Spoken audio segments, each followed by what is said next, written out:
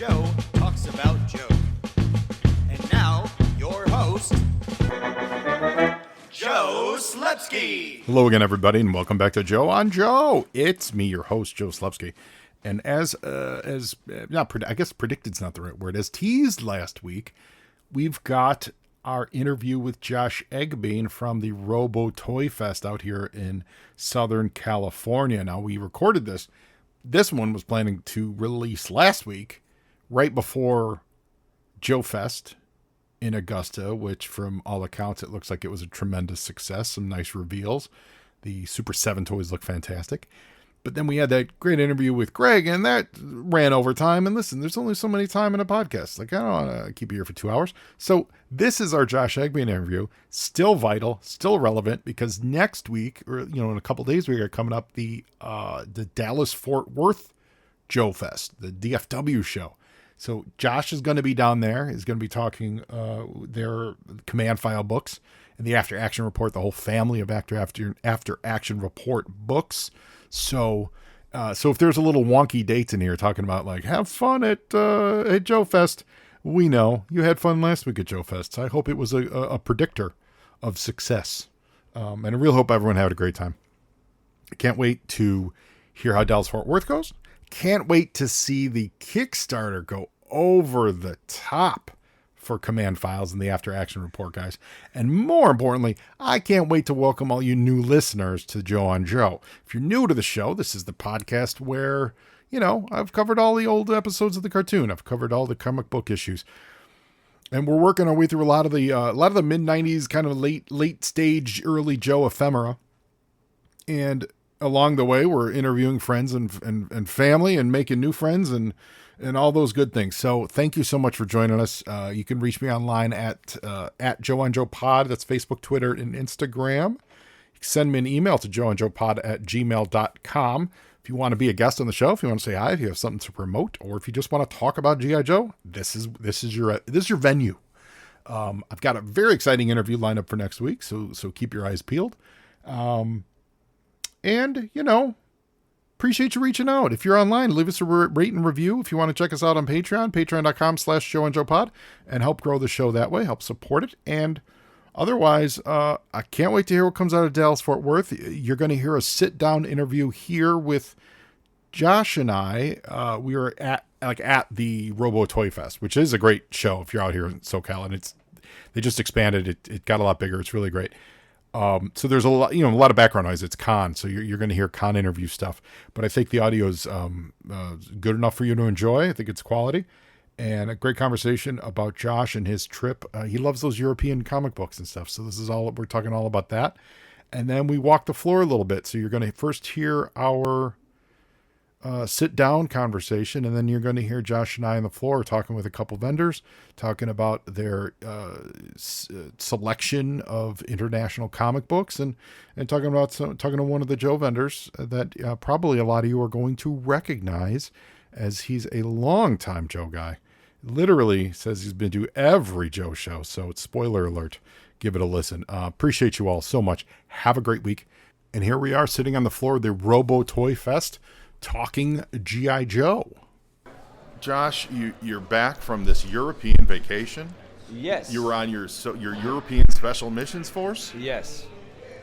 What prompted the trip? Where did you go? Broad strokes of what did you see? What was it, a G.I. Joe hunt entirely, or what was going on? So it was 100% based on my mother's 80th birthday.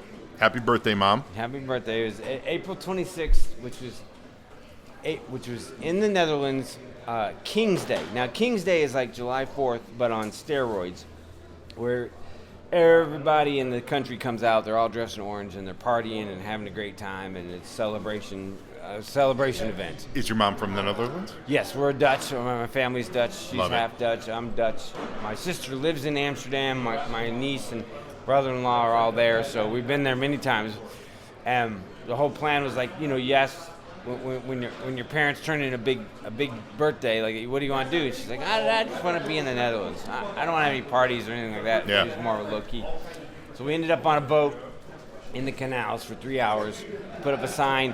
It said it's her 80th birthday, and hundreds maybe thousands of people sang Happy Birthday to her. Wow. So it was really, really Wow, special. that's It's like cool. the new family legend. So that was the inspiration for going there. Well, I wanted to do some more traveling, and I was like, well, I'm going to go to Paris too first, and then, Paris is only a couple hours from Amsterdam. It's not that far. And I was like, It's well, like going to San Diego. yeah, exactly. San Diego, Los Angeles. I think San Diego's a little closer, but it's not that far. So I was like, well, I'm going to be in Paris and cruising around. I went and saw Notre Dame, went to Picasso Museum, but I also went shopping for G.I. Joe. Now, this is the whole point here. But so that was the inspiration for the whole trip.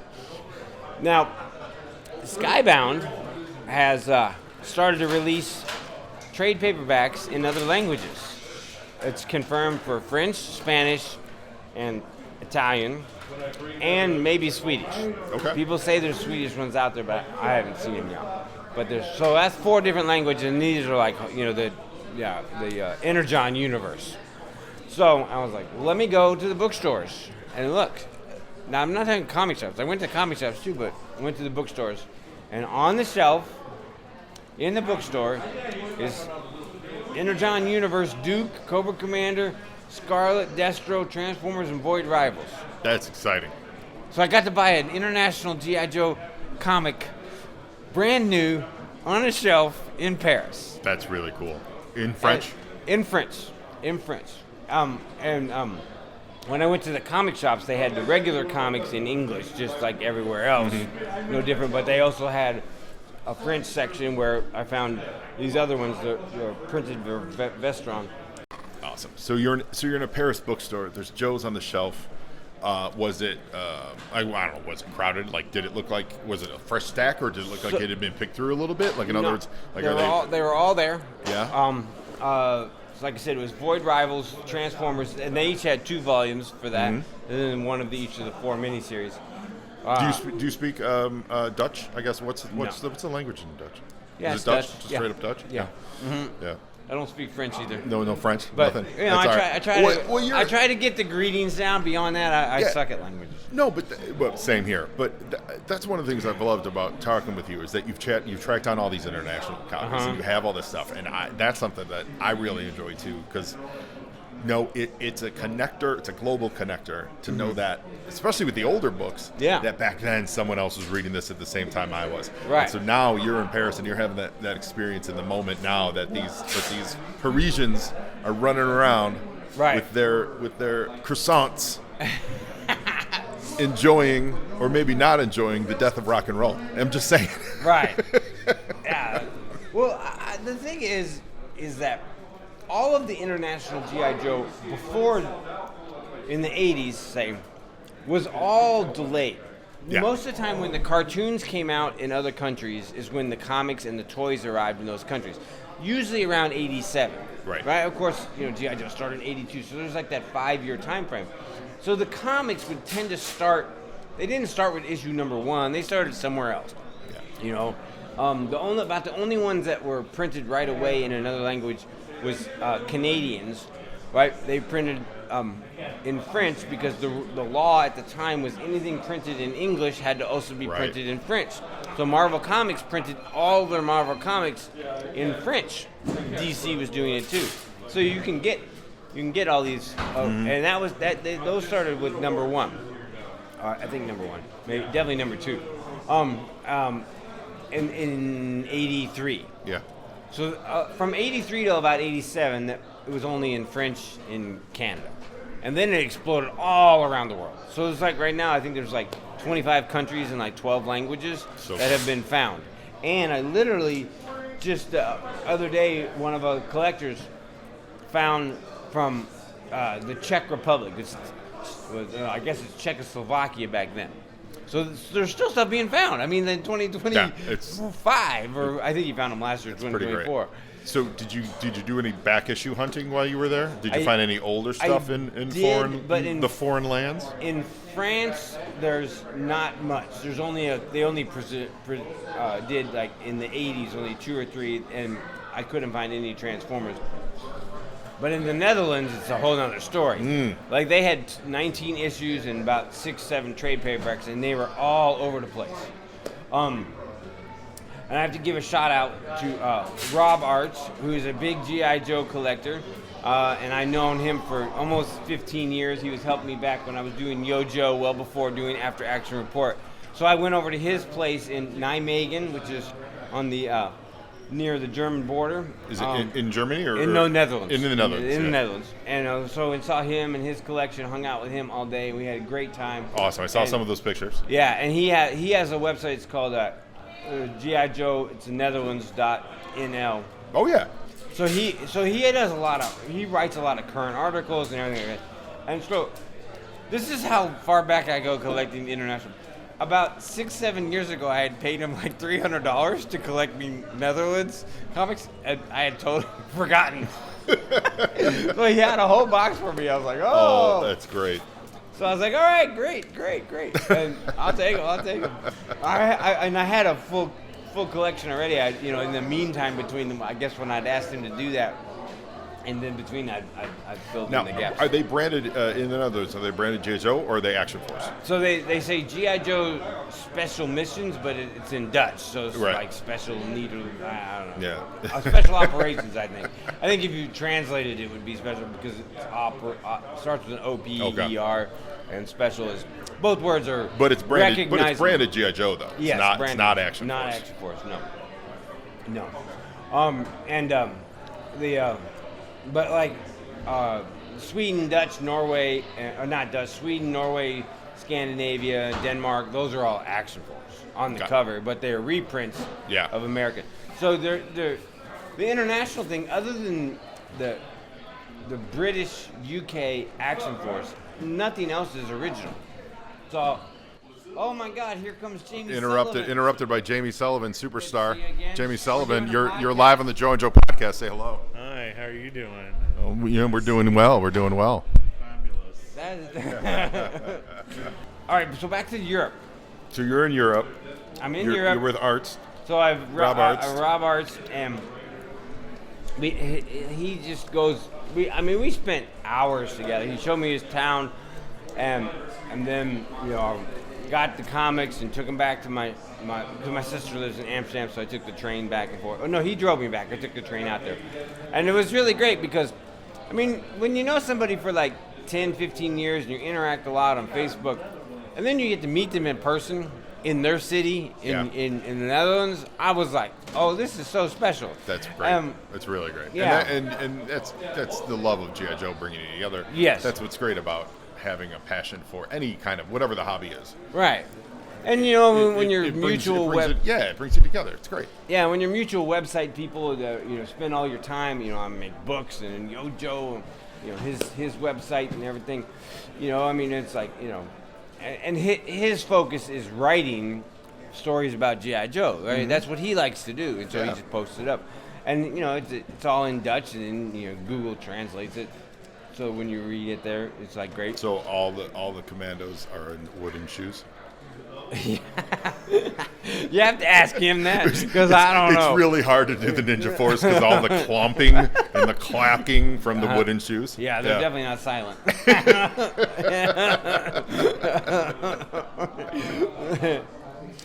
So after shopping in Paris and collecting there, I had a whole lot of comics, and I ended up having 4 boxes of comics that I brought back. Wow. How big boxes? I put them in short boxes. Short boxes? Full. That you brought home from Europe. Yeah, from Europe.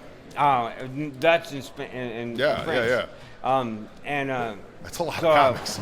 The cost to put them in a short box and then buy a bag and put it on the plane was way less than any shipping cost, but it was more. It was almost the cost of my whole flight. Right. I was just where my brain is at right I'd now. gotten a really cheap flight over there.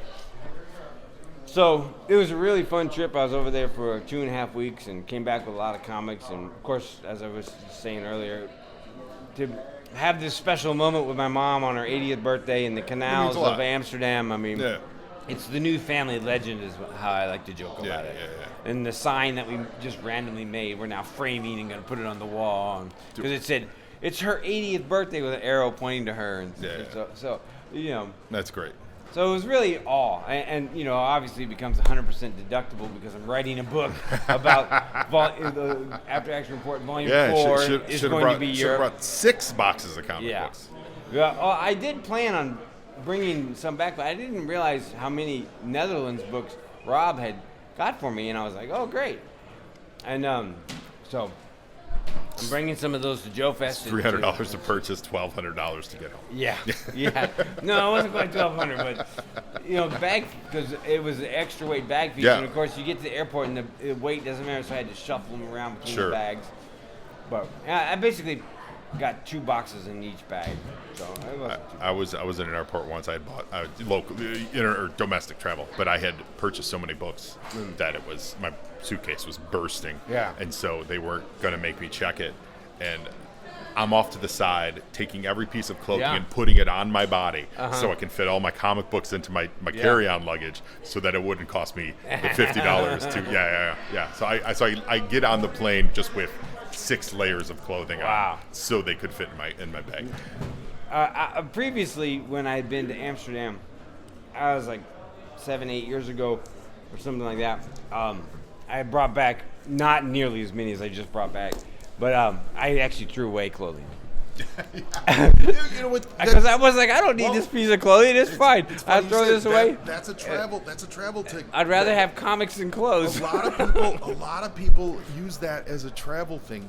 They take clothing or maybe like your socks or underwear or something like that. They choose the ones that they're kind of least in love with. Right. They take them on the trip and they leave them there. Yeah. They travel with a full they travel with a full suitcase. They wear the clothes for one last time, and then their suitcase is empty or filled with comic books or filled with whatever it is that they get on their trip. Right. That's a travel technique you're doing there. So that's awesome. The other thing that I realized in all my travels is that there's a laundry machine everywhere. Oh, 100%. So, like, you don't need to bring one piece of clothing for every single day and have this massive bag. You can bring, like, 3-4 days worth of clothing and then do laundry. Yes. So I did that twice when I was in France. Oh, that's awesome. Or once in France and once in So Netherlands. you get back to France and you immediately roll right into Kickstarter number 2 for the command files. Right. When we're recording this, we've got about 28 days left, 27 days, something in that range. We're at 200%. 200%. Yep. Now, some people would say, "Okay, great, they achieved it. I don't need to jump in." But why do they need to jump in now and help keep pushing you guys over the top? Well, this is the beautiful thing with Kickstarter is that once you hit that goal, then you start adding incentives. Yeah. They're called stretch goals, and so we have a whole series of basically prints. Well, we got some really cool, unique artwork that Greg Augustin, the author of Command Files, has done. He put together, and we're doing it as a poster.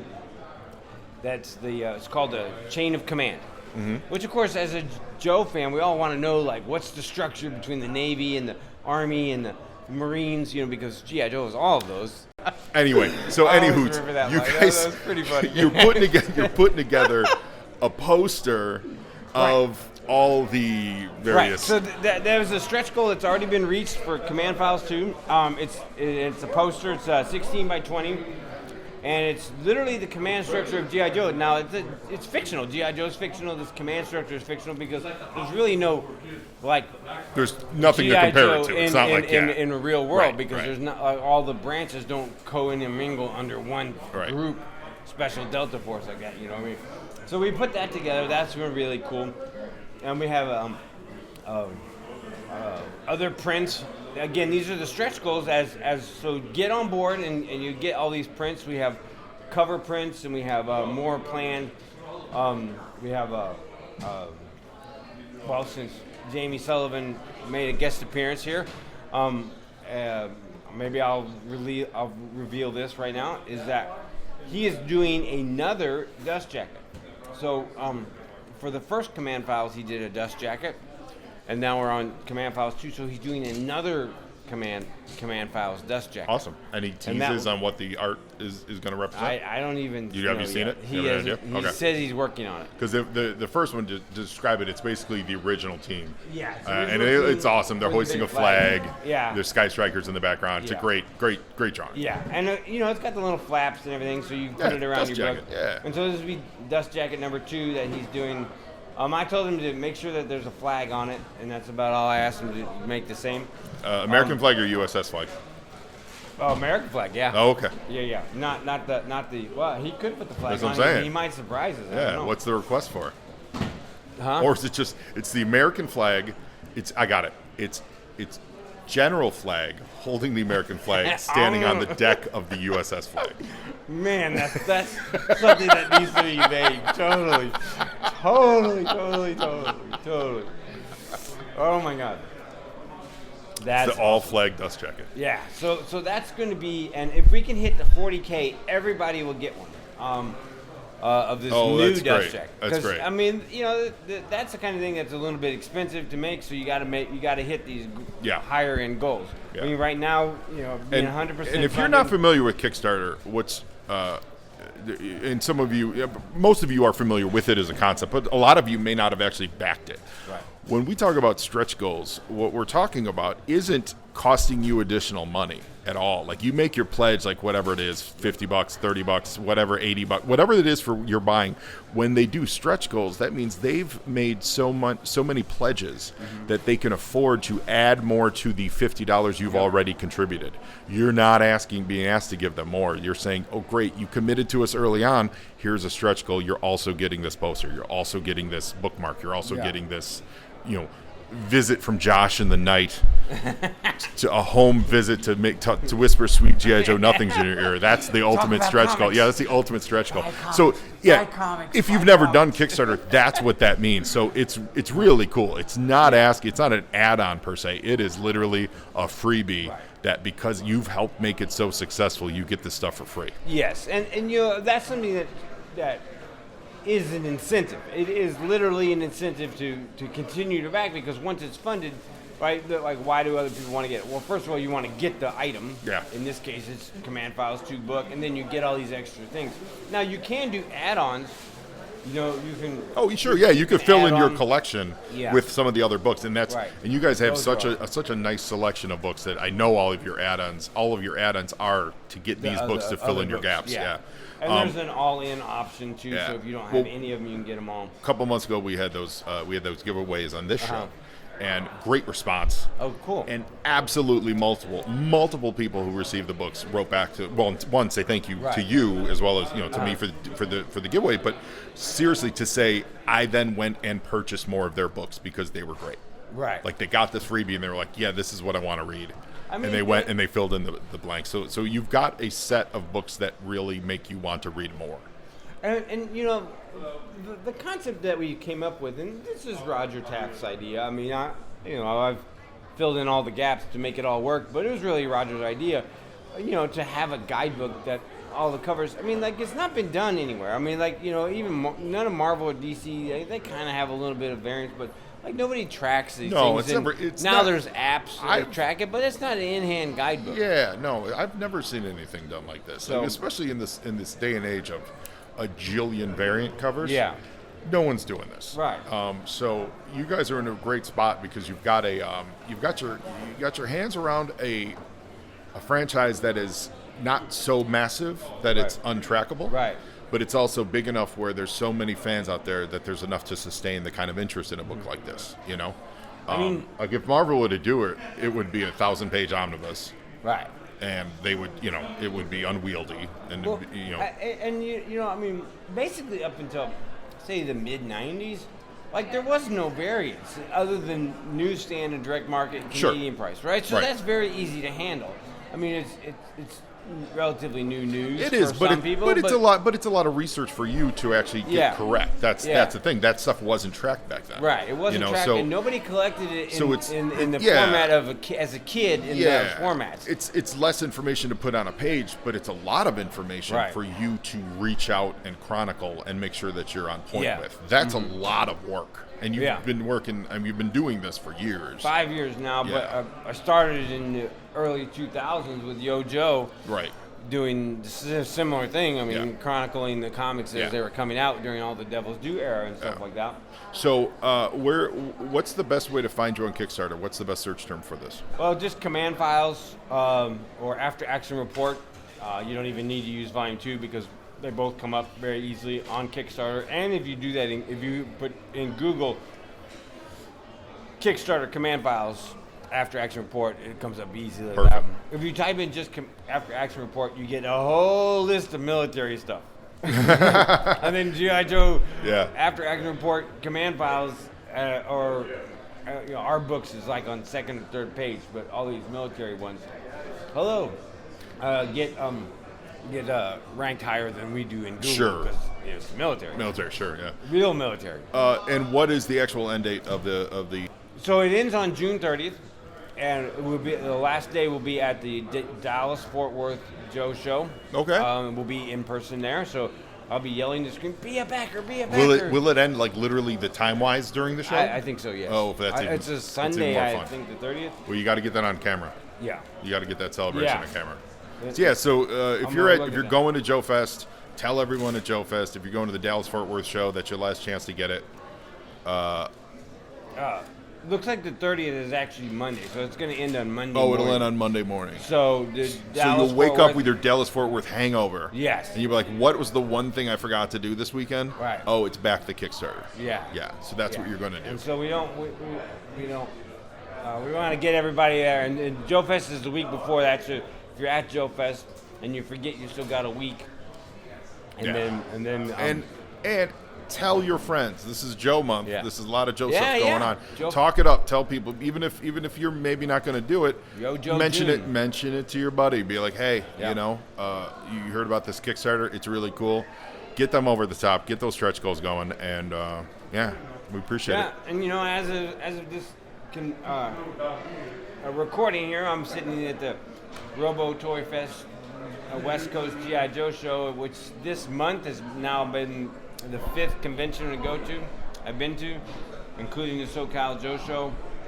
And then, of course, we have It's a lot of hustle. 2 more. You're putting in the work. You're putting in the work. All right. Now Josh and I took a stroll to the floor of the show and started talking to some of the vendors who are selling comics, selling G.I. Joe stuff, and here's some of that conversation. I'm asking 8 on them. Okay. So these are these from Spain or Mexico? Mexico. So you think that there would be different from the Spanish ones in Spain?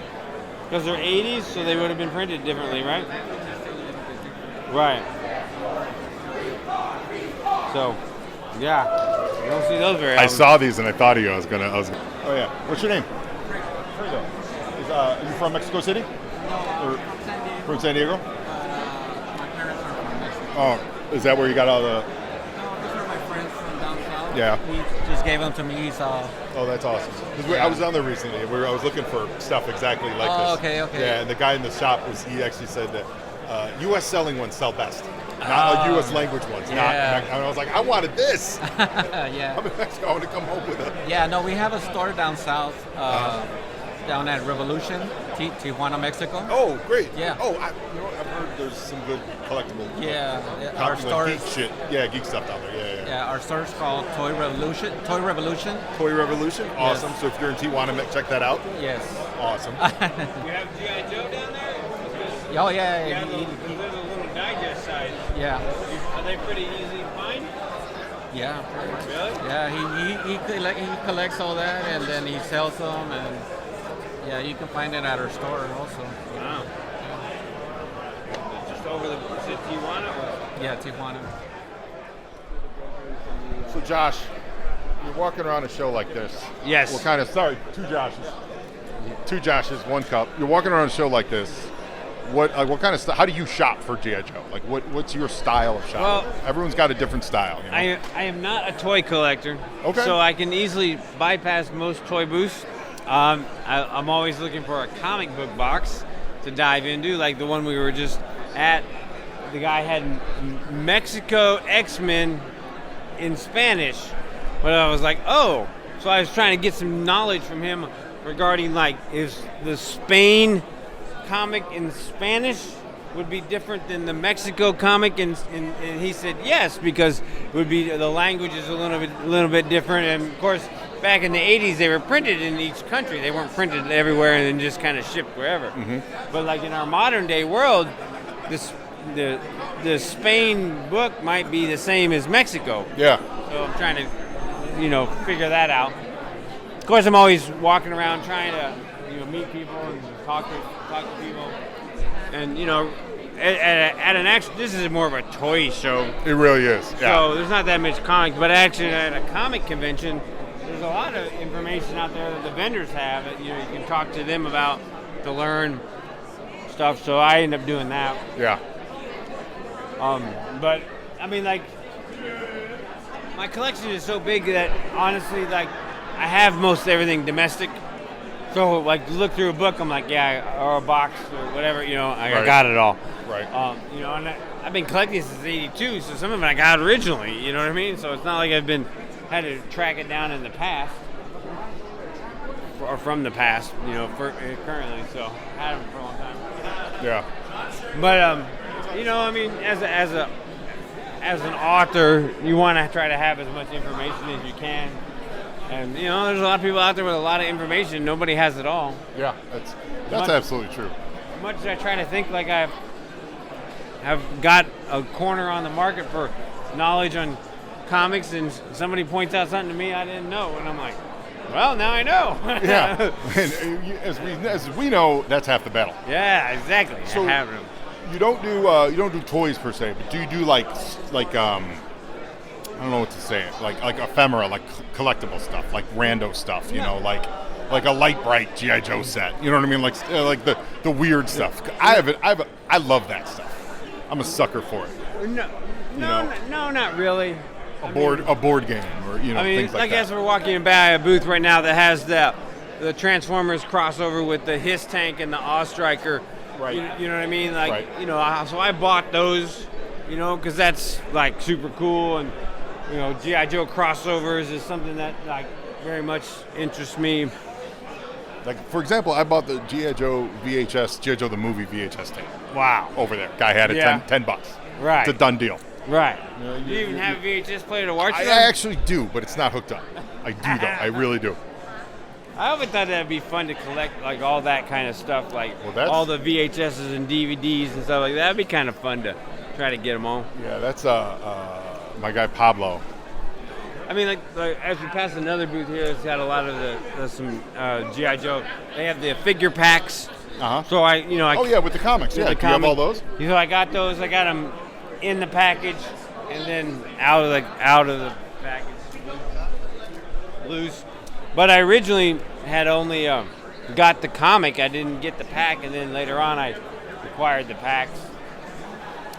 That was an era that I was not collecting at all, toys. Uh-huh. But I remember seeing those on the shelf because I was still waiting the comics. Right. And that was an almost buy for me. That was me going, oh well, yeah, because they were doing. Isn't that how they did Quinn for the first time? Mm-hmm. Like stuff like that. I was like, oh, they're really digging deep on this. I really should get these, and I never did. Right. I know. And now, of course, they're. I mean, they're $100. Yeah. Most of them. I mean, the one we just went by, they were $70. Yeah. Some of them have a sticker on it with Storm Shadow, and it was a giveaway. And so I'm trying to get all of those, but I haven't quite figured out which ones have stickers and which ones don't. Because it does fall under the category of comic book collectible. Yeah. Yeah. And as a guy who's got to get them all, I'm like, well, there's a variant. With sticker, without sticker. But yeah, I mean, it does help to come to a toy convention and not be a toy collector, because I'm not tempted. Yeah, that's true. Yeah, that's how I feel when I go to the Transformers con out here. Right. Like, I'm not tempted by everything. There's a small portion of stuff. I'm tempted by some stuff, but it's just a small nugget that it won't break my bank. Yeah. So now let's head out here. Yeah. We're in the main room. Heavy Joe set. Yeah, which is like the Robo Toy Fest, which there's a lot of toys, but now we're going out here to the actual, it's called the West Coast Joe Show. Hey, what's up? This guy's Drew. We're doing a podcast. Cool. Recording. How are you? What's your name? I'm Drew. How you doing? Drew. And Joe Slepsky? I've been shopping around a little bit. Yeah, I think so. Do you have a store, or you private No, sell? I just sell a couple times a year at local shows. Awesome. What shows do you hit up?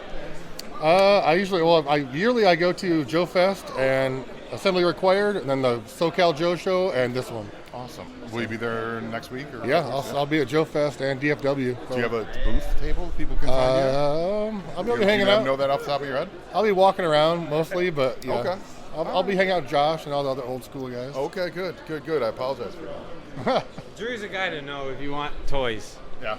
Yes, he's a guy to know. Well, he's got a lot of great stuff here. I noticed he's got a lot of the con figures. He's got some prototypes.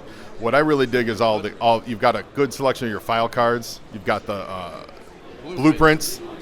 Got a little bit for everybody. I was appreciating your loose accessory pack, and then my brain was breaking, and how much time it would take for me to go through that box. You wouldn't be the first. I would, yeah, that's like I would love to just borrow it for a weekend. I'll absolutely categorize everything I buy, but that's how much time it would take for me to go through that. The last show we were at, there was a bin of figures like that, and some guy came by and bought the entire bin. It was about 300 figures at once. Oh, awesome! Wow. That's awesome. Yeah, it was pretty. I did not anticipate that happening at that show. Do you do your own for like the loose stuff? Like, do you repair? Like, do you get pieces and repair them and make new ones to sell, or do you just do straight up whatever you buy? Parts are in here. Complete figures are in there. Parts. I just throw it in the bins. Awesome. For the most part, but I've got a decent inventory of complete stuff. But at these shows, I find it's a lot easier to find more specific stuff. So there's something for everybody. Yeah, that's great. Well, you do have a really nice booth. Cool, thank you. A real good selection, old stuff, some newer stuff. Yeah, appreciate it. Cool. So Drew's claim to fame, is that he's been to pretty much every Joe Con, and when he was a kid, right? He never left G.I. Joe. So many G.I. Joe people left in the 90s. Yeah. He never did. Yeah, 93, I kind of stopped playing with them. And by late 93, early 94, I was buying them in the package from publications like Cotswold Collectibles, Toy Shop Magazine. And then eventually the internet came around. And that had 35 years later. 93, 94, they were going for cheap because they were just wanting them off the pegs. I remember getting Storm Shadow it was $60 carded. Oh, yeah? It was our first one. That's awesome. From there, I was buying people out. I was buying out KB toy outlets and stuff like that. So what's your what does your personal collection look like? Do you have is it like you have complete everything and then whatever else other random ephemera? Yeah. I've collected just about everything from animation cells to merchandise to prototypes to advertisements, mail-aways, comic books. Figures, international, I've done pretty much everything. Okay, what's your home address and what's the security system like there? It depends which home address. I've got the facility. So we have my company has an office where most of for sale stuff is. And then my house, I've got a warehouse on the property as well. That's great. Oh, so company, do you sell this? No, I'm a general contractor. Oh. So I own... build your own, I'll plug it your own for showcase. Yeah, plug Southern it. California construction and restoration, but we service all of Riverside and San Diego. Sweet. So we're a full service general contractor. Do you hide a G.I. Joe figure in the walls of every house you build? And if not, will you consider doing that going forward? I should definitely do that, but I do think it's great when we hire new people and they walk into the front office, they don't think they're in a construction company. It's just all G.I. Joe stuff. It's all nerd posters and a full-size Darth Vader and G.I. Joes. That's pretty funny. That's fantastic. We were doing construction at a buddy's house once, and we found an old Rambo villain buried underneath. That's pretty cool. Yeah. We didn't know what it was, but it was totally buried. At some point, someone did construction over it, and we found a Rambo bad guy. That's awesome. So consider that. Yeah, we should start hiding a couple figures. Yeah, it's your own personal for statement. someone in 30 years, they get to find their own treasure. Right. Throwing it out there. The idea is yours. That's funny. Well, have a wonderful June of shows. Yeah, definitely. Let's be busy. Me and Josh will see each other all across the entire country twice. How long you guys know each other? 20-something years? 20 years, wow. I think I met you in 2006 or so. I was going down to, when I lived in Los Angeles, going down to San Diego because there used to be the SoCal Dreadnoughts. Is that what it was? Yeah, it was called? SoCal Dreadnoughts. It was a Joe club that met in San Diego, so I'd travel down there for that, and that's how we met the first time. That's super dope.